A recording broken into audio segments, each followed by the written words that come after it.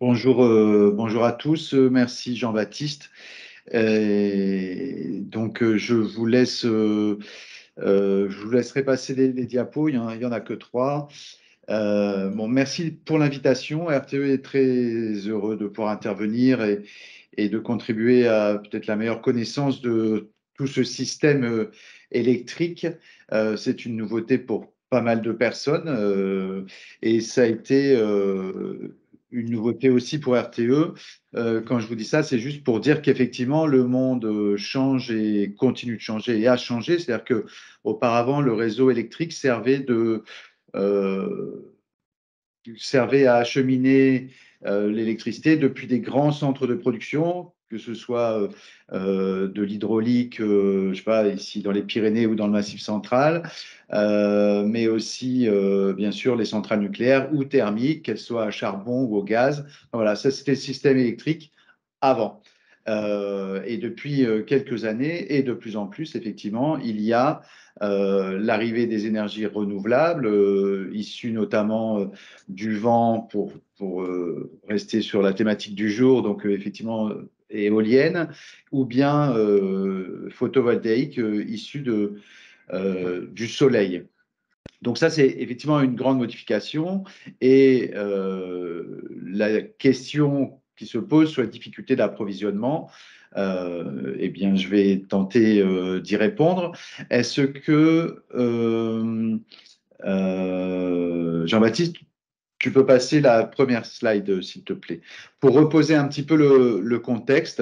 Donc là, c'est une slide inspirée de la stratégie nationale bas carbone, donc de la France, des engagements internationaux de la France, où on voit qu'aujourd'hui, on consomme, toute énergie confondue, 1600 TWh, dont 60% d'énergie fossile, que demain, enfin en 2030, nous devrions arriver à 1300 TWh, donc à une baisse effectivement de la consommation globale d'énergie, pour arriver en 2050 à 930 TWh. Ce qui est bien, c'est que enfin, ce rythme-là est le même rythme, vous le verrez ensuite avec l'intervention de Bénédicte Rier, c'est le même rythme que la région repose. Ça donne quand même des repères, ils sont communs et c'est intéressant. Donc, dans le même temps que nous baissons la consommation globale d'énergie, en diminuant la part des fossiles, il faut que les énergies renouvelables augmentent, alors qu'elles soient ENR électriques, mais aussi celles thermiques ou liées aux déchets. C'est enfin, c'est de l'énergie dans tous les cas, et c'est bien ce type d'énergie-là qui doit croître. Donc, on voit globalement une augmentation de la part de l'électricité dans le mix énergétique global, et donc c'est à ça qu'il faut répondre dans les années qui viennent. En quelques mots, il y a eu un rapport qui s'appelle Futurs énergétiques 2050, produit par RTE, et qui vient, donc ça c'était fin 2021, et il a été suivi maintenant en septembre, là, fin septembre, par la publication du bilan prévisionnel 2035, donc une sorte d'étape sur le chemin de 2050. Et donc aujourd'hui, ce que nous savons absolument, à partir du moment où le président de la République a demandé à ce qu'on reconstruise, enfin, à ce que de nouvelles centrales nucléaires soient reconstruites, EDF va s'y atteler et les autres capables de produire ce genre d'unité de production. Toujours est-il que le nouveau nucléaire, comme on l'appelle, ne sera pas prêt d'ici, pas avant 2035, vraiment au mieux 2035. Et donc la réalité, pour équilibrer l'offre et la demande, enfin consommation et production d'énergie en France, avec effectivement ce transfert des usages depuis les usages carbonés vers les usages décarbonés, il faut produire plus d'électricité, beaucoup plus d'électricité.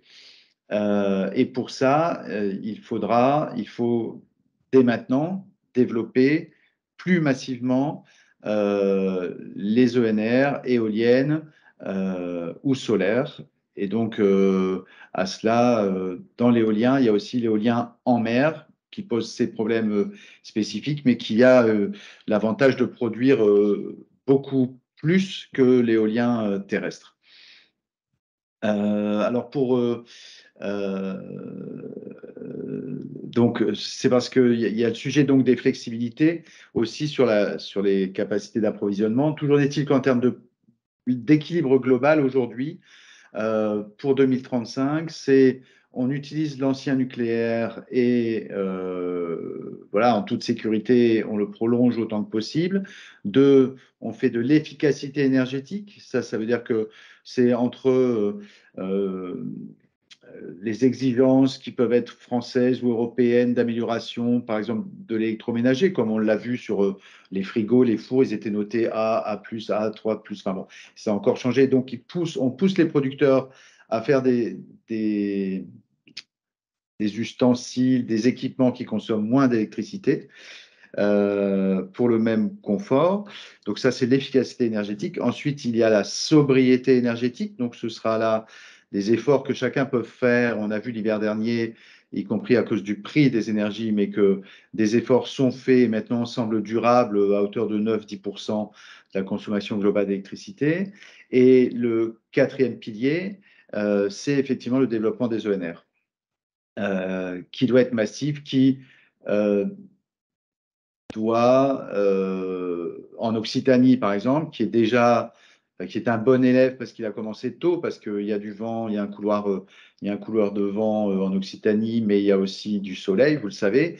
Donc l'Occitanie n'est pas mal placée, est loin d'être est plutôt un bon élève français, mais la France est globalement en retard et nous avons besoin de transférer des usages, je le disais tout à l'heure, depuis les énergies fossiles vers l'électricité.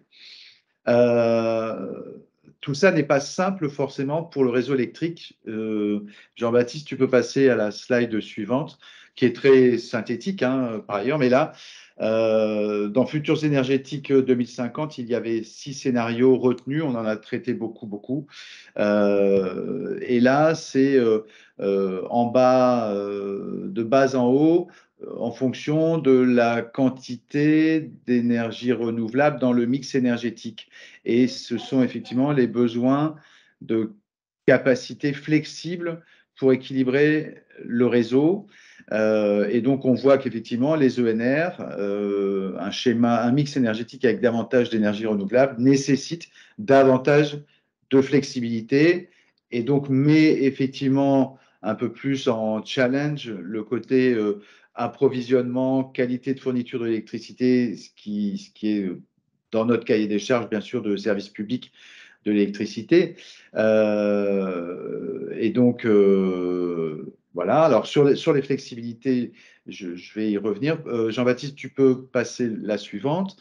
Et donc, on voit ici aussi, dans ce document extrait des futurs énergétiques 2050, à gauche, les trois schémas, les trois mix, les trois scénarios, plus ENR, avec davantage d'ENR, et à droite du document, les trois scénarios avec moins d'ENR. Et on voit le coût des flex qui est en orange.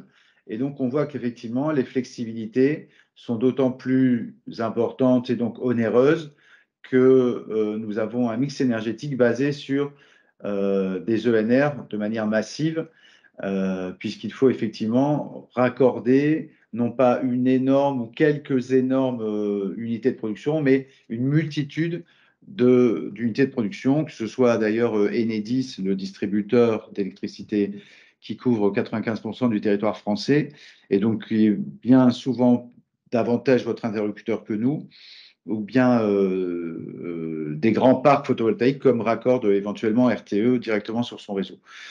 Euh, je n'ai pas regardé, j'ai pas bien fait attention à l'heure. Jean-Baptiste, n'hésitez pas à m'interrompre, mais peut-être en guise de conclusion. Donc, on voit un mix énergétique qui évolue, qui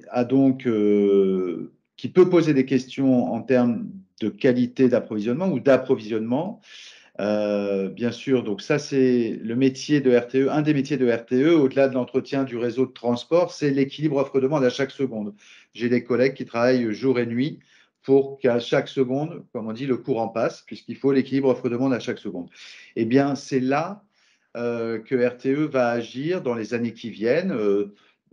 progressivement, notamment au travers de ce que nous allons appeler le schéma décennal de transformation du système, qui est un schéma, c'est le premier qui sortira en 2024, mais par lequel on va étudier tous les moyens de flexibilité que nous allons utiliser pour équilibrer ce nouveau système électrique avec beaucoup plus d'entrées, avec des nuages qui passent devant des panneaux solaires et qui baissent un peu la production pour quelques secondes ou quelques minutes. Voilà, et donc donner beaucoup plus de souplesse au réseau. Alors ça passe par des investissements notamment dans des automates, mais ça passera par de l'observation météo plus précise et en direct, mais ça passera aussi par des prévisions météo plus affinées. Ça passera par des contraintes sans doute que nous ferons porter sur les producteurs d'électricité eux-mêmes. Ça passera aussi par de l'effacement de consommation ou en tout cas de la flexibilité au niveau de la demande. Vous connaissez peut-être le dispositif EcoWatt qui a été largement promu l'année dernière, mais il vise effectivement à ce que les consommateurs d'électricité deviennent acteurs, parce qu'à certains moments, pour éviter quelques millions ou milliards d'investissements, il est bon que la France entière puisse, sur demande ou par des automatismes, mais baisser son chauffage de 2 degrés pendant 2 heures. Voilà. Et alors, on passe une pointe et le réseau se porte bien et personne n'a froid, puisque 2 heures, c'est pas assez pour refroidir une maison. Et donc, nous jouerons sur tous ces éléments de flexibilité pour que finalement, voilà, la qualité de fourniture soit au rendez-vous, avec peut-être, et vraisemblablement des efforts de sobriété des Français, mais aussi de flexibilité, une sorte de citoyenneté active autour de l'énergie qui n'arrivera que peut-être quelques fois dans l'année et qui nous permettra d'éliminer, d'éviter des coûts pour la collectivité, puisque l'argent que nous dépensons, c'est quand même aussi de l'argent public que tous les Français, auquel tous les Français contribuent par le tarif d'utilisation des réseaux publics d'électricité. Voilà, je ne fais pas plus long, mais on a un temps de débat ensuite et je répondrai avec plaisir à vos questions. Et donc, dans ma dernière conclusion, ce sera, oui, nous savons faire, et en 2050, nous aurons un système largement décarboné qui aura nécessité des investissements lourds, aussi bien des producteurs que nous, les gestionnaires de réseau, mais ensuite à un coût de fonctionnement qui, lui, sera faible. Et ça, il faut quand même l'entendre. C'est-à-dire que l'énergie qui vient du vent et du soleil, pour l'instant, elle est quand même très, très, très compétitive.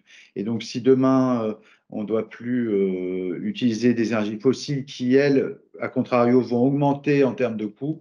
Je pense que tout le monde sera gagnant, mais c'est vrai qu'il faut réussir ensemble ce challenge pour les quelques années qui viennent. Merci.